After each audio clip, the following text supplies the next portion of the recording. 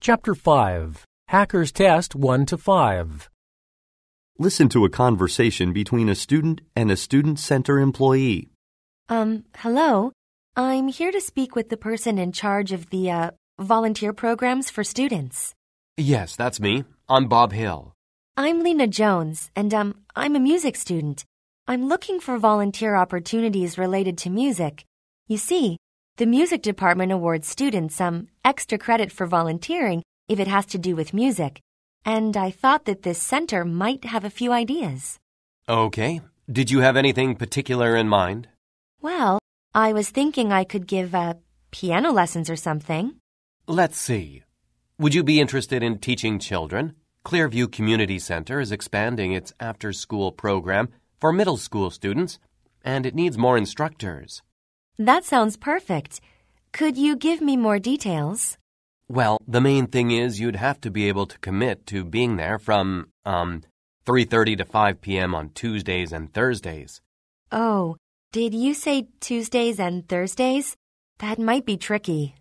What's the problem? It's not ideal since I've got a class on Thursdays that runs from 4 to 6 p.m. I'm totally free on Tuesdays, though. I'm afraid instructors need to be available on both days. Maybe you should put it off until next semester then. I was hoping to get this extra credit as soon as possible. Right now, my course load is pretty manageable, but next semester, it's hard to say.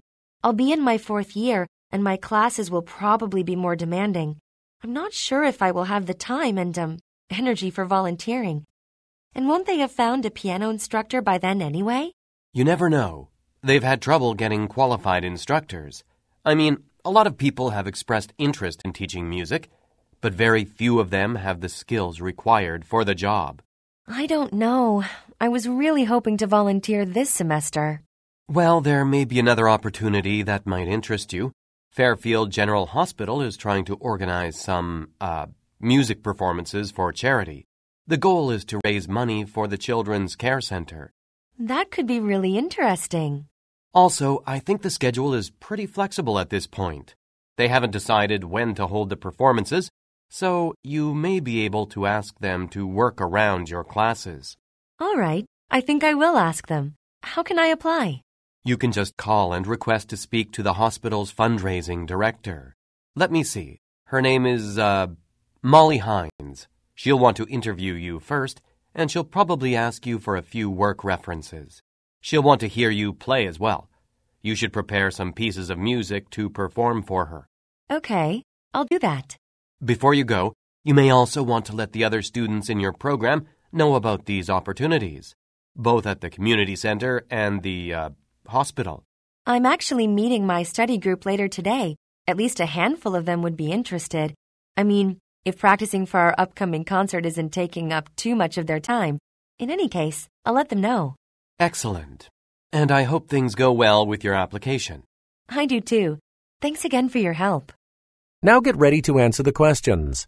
You may use your notes to help you answer. 1. Why does the student visit the student center?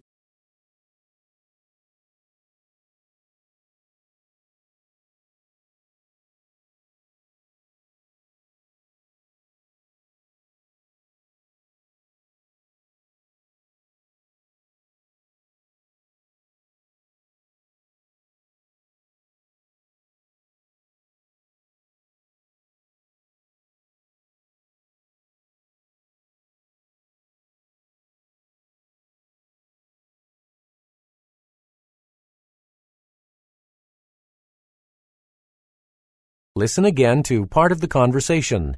Then answer the question. Well, the main thing is you'd have to be able to commit to being there from 3:30 to 5 p.m. on Tuesdays and Thursdays. Oh, did you say Tuesdays and Thursdays? That might be tricky. 2. What does the student mean when she says this? Oh, did you say Tuesdays and Thursdays?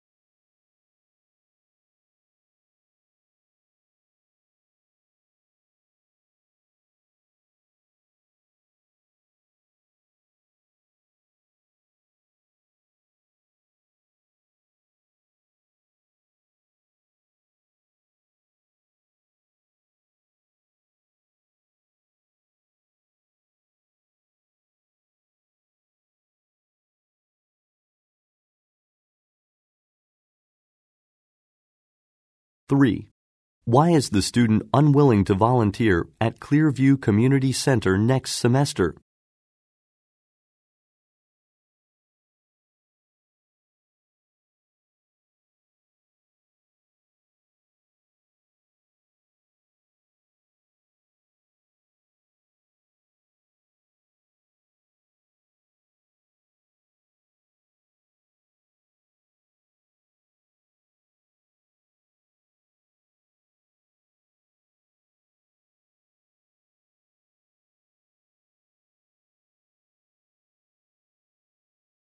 4.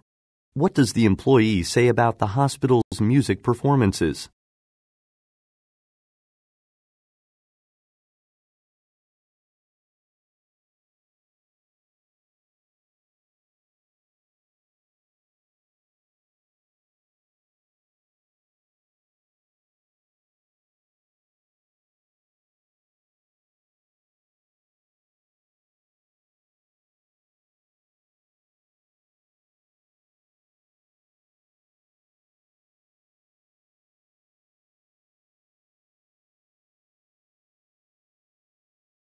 5. Why does the student mention her study group?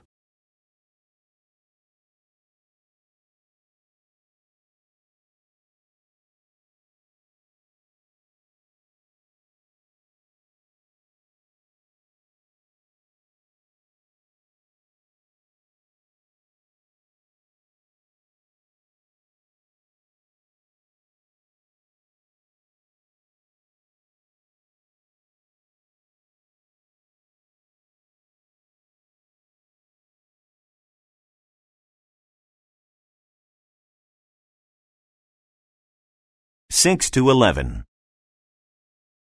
Listen to part of a talk on the circadian rhythm. I'd like to start off by asking if you've ever gone on a long trip, perhaps to some place several time zones away, or if you've ever held a job on the graveyard shift. Well, the reason I ask has to do with my lecture today on the circadian rhythm. The human circadian rhythm is based on a 24-hour cycle, and any interruption to this rhythm, such as the ones I just mentioned, would have an impact on the body. A person could have sleep problems or become depressed and anxious. But I'm getting ahead of myself.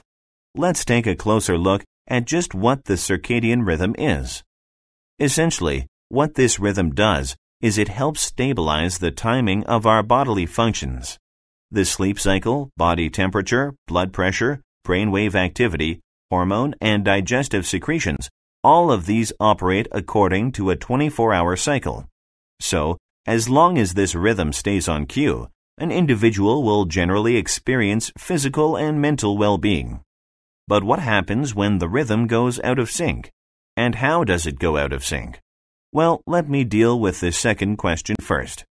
Okay, there are two aspects that control the circadian rhythm. One is internal. The body has a circadian pacemaker, or what many people call a biological clock. It's a section of the brain known as the suprachiasmatic nucleus, or SCN. Now, the SCN adjusts itself to the 24-hour light-dark cycle. So, if the SCN is dependent on the intervals of daytime and nighttime, what would happen if a person were blind? Well, the SCN would get confused, so to speak. A blind person may have a couple of nights when he sleeps well and then a couple of nights when he doesn't. What this tells us is the SCN cannot, on its own, establish a normal circadian rhythm. A second aspect is needed to help it, the circadian rhythm, function properly. This involves the external cues the SCN, your circadian rhythm, needs to make the necessary adjustments. So what are these external cues? Well, they're environmental cues, specifically light. Temperature also plays a role, but it doesn't have the same impact that light does. The circadian rhythm resets itself to the 24-hour day as it is exposed to either sunlight or darkness. The morning sun will cue the body to produce certain hormones and neurotransmitters that increase blood pressure and body temperature. It's these little changes that'll get the body going for daytime activities. At sunset, however, the body begins to produce melatonin, and the blood pressure goes down. And as the evening hours wear on, the body continues to wind down. It is, in effect, preparing for nighttime sleep. So, how is this cycle broken? Well, actually, very easily.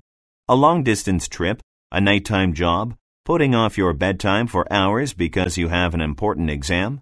This brings me back to the first question. What happens when the cycle goes out of sync?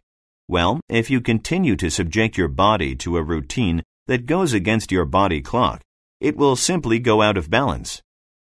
It will begin to produce chemicals and hormones in the wrong quantities and at the wrong time. Your mood and sleep problems will get worse. Those who work on the night shift are prone to physical and mental abnormalities. Our world today depends on round-the-clock workers, especially in the fields of medicine, agriculture, transportation, heavy manufacturing, and the service industries. This translates to millions of people with circadian rhythm-related health problems. So, medical people have come to see the importance of the circadian rhythm where health is concerned. Now get ready to answer the questions. You may use your notes to help you answer. 6.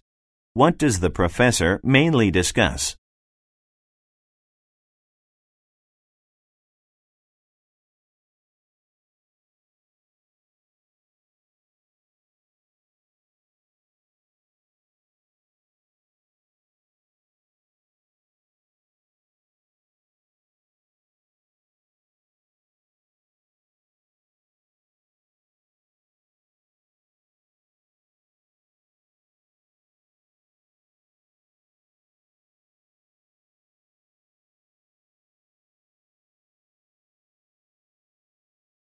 Listen again to part of the lecture. Then answer the question. A person could have sleep problems or become depressed and anxious. But I'm getting ahead of myself. Let's take a closer look at just what the circadian rhythm is. 7. What does the professor mean when he says this? But I'm getting ahead of myself.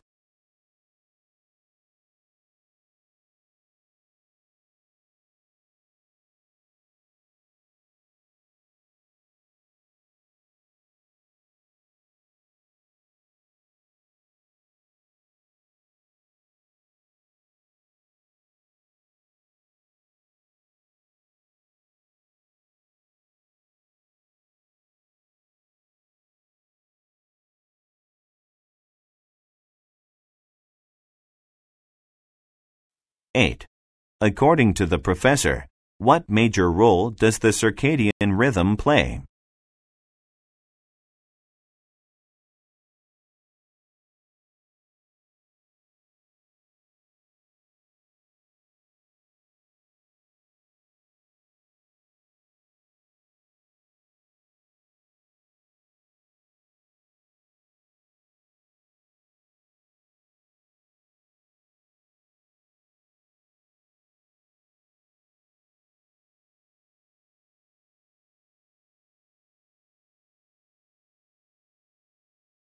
Nine.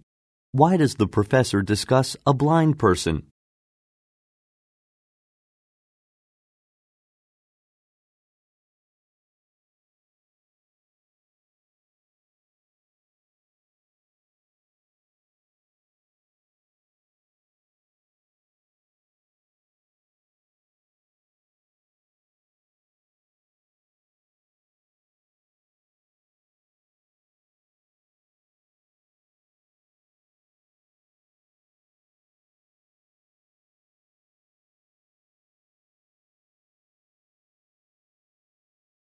Ten. According to the professor, what are two ways the circadian rhythm can be disrupted?